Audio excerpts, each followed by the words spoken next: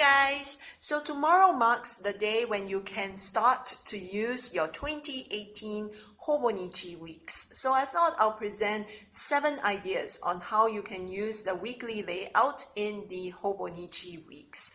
I didn't use the weeks this year, so I had to go on Instagram to see how other people structure their weeks. And I will put the links to all the accounts I reference in the description box below.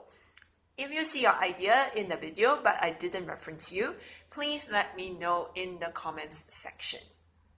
Now before we start, let me show you the weekly layout in the Hobonichi Weeks. So this is what the Hobonichi Weeks weekly layout looks like. On the left, you have 7 rows, 1 for each day. And then on the right, you have a blank grid page. Now, even though it is a long row for each day, there are actually dots here that you can use to divide each row into 3 columns. Now, on the blank page, you have an invisible line, which is a line that is slightly thicker than the other lines in the grid page that you can use or you can ignore. And these 2 features are super useful because I use them to create the different layouts in the weeks. So now that I have introduced the weekly layout in the weeks to you, let's get started. Alright, so this is the first idea. If you are going to use the weeks as a work and personal planner, you can structure the page like this. You can have the appointments and deadlines in one column, your priorities for the day in another column, and then you can use the blank grid page to write down your master task list for the week. So this one here is a running task list where you have the days on the left and then the tasks on the right. So if let's say you completed the task on a specific day, as a Wednesday, you put a cross. If you started on the task but didn't complete it, you put a stroke, and then when you completed it, you put a cross. And if you did not complete it and you want to migrate it forward to next week, then you would put an arrow sign, a forward arrow sign. So that's the first way you would use the weeks. Instead of a vertical layout, you can also have a horizontal layout. Same as before, you use the dots to create the columns. So here there are 2 columns, the first column, the second column. The first column, I would use it to write down the appointments and deadlines. And the second column, I would use it to write down my master task list, as well as any errands. So you can also write down some notes if you wish to. Now, if you followed me for some time, you would know that I like to schedule my day. So I figured that the blank grid space below can be used as a schedule to write down your schedule. So this would be what it would look like in a Hobonichi Weeks. Now, you can also use the weeks as a dedicated health and fitness planner. So you split the left page into 3 columns. One is the fitness or exercise log, the meal log, and then a tracker to track stats such as your weight or the amount of water that you drank. Then on the right, you write down the exercise routines for that week. So I do strength training, and I do both upper and lower body strength training exercises. So these are my exercise routines for next week. And if you want to, you can also write down the amount of weights that you use for each exercise, so that as the weeks progress, you would see whether you have increased in the amount of weights that you lift, and by how much. Now you can also use the weeks as a household planner. You split the left page into 3 columns, each column for each person in your household, and then you write the appointments for each person. And this is useful, especially if you need to ferry your children from one place to the other. And so having everybody's schedule in one page helps you plan your day much better. Now, if you have more than 3 people in your household, you can add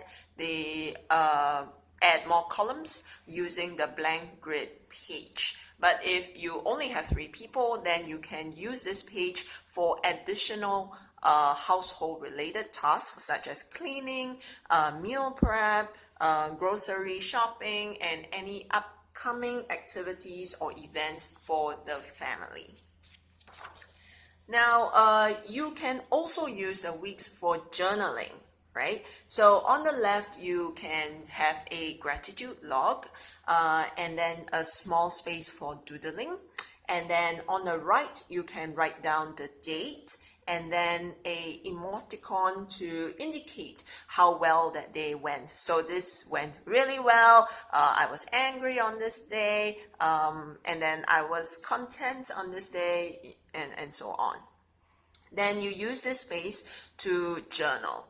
Now notice that the amount of space per row does not correspond to what Hobonichi gives you on this page. And this is by design because sometimes you have a lot of things to say. So for example, on 3rd of January, because I'm so angry, I have lots of things to say.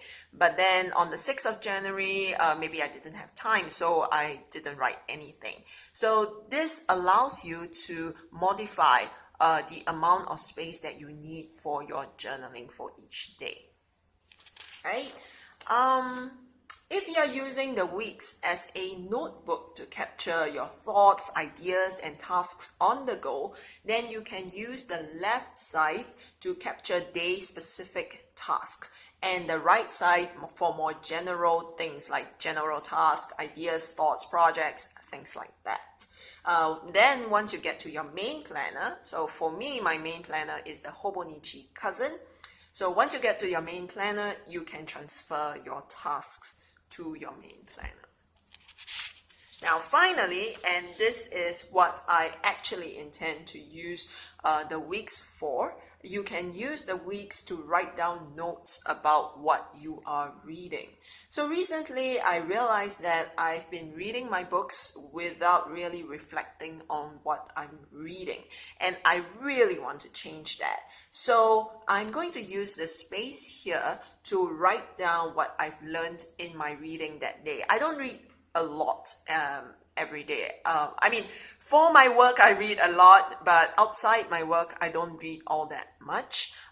So I think that this amount of space should be enough for me to jot down notes on what I have learned that day.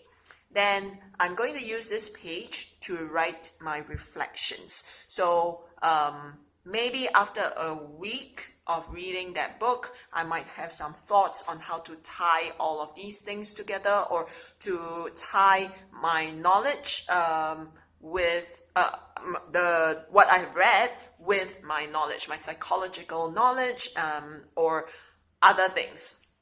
So this is what I would use the weeks for, or what I hope to use the weeks for. I don't actually think that there's enough space here for me to reflect because I tend to ramble. And so I think that I'm going to use the extra pages at the back of the Hobonichi Weeks when I run out of pages here. I got the mega weeks, so I hope that that's going to be enough pages for me. So those are all the 7 ideas that I have. I'm sure there are many more ways. So please let me know how you are going to use your Hobonichi Weeks in the comment section below. I hope that this video has been helpful to you. If you like my content, please like and subscribe. I try to put up a video once every week. The following 2 weeks might be a bit hard because there are some events that are coming up, and I'm going overseas to Tokyo, so I may not be able to post a video next week and the following week, but I will try. I also post on Instagram 3 to 4 times a week on more general topics like my current obsession, which is habit formation. I'm currently obsessed with habit formation. So if you are interested in those topics like habit formation, productivity, that sort of thing, please check out my Instagram. As always, thank you so much for watching. Take care and bye-bye.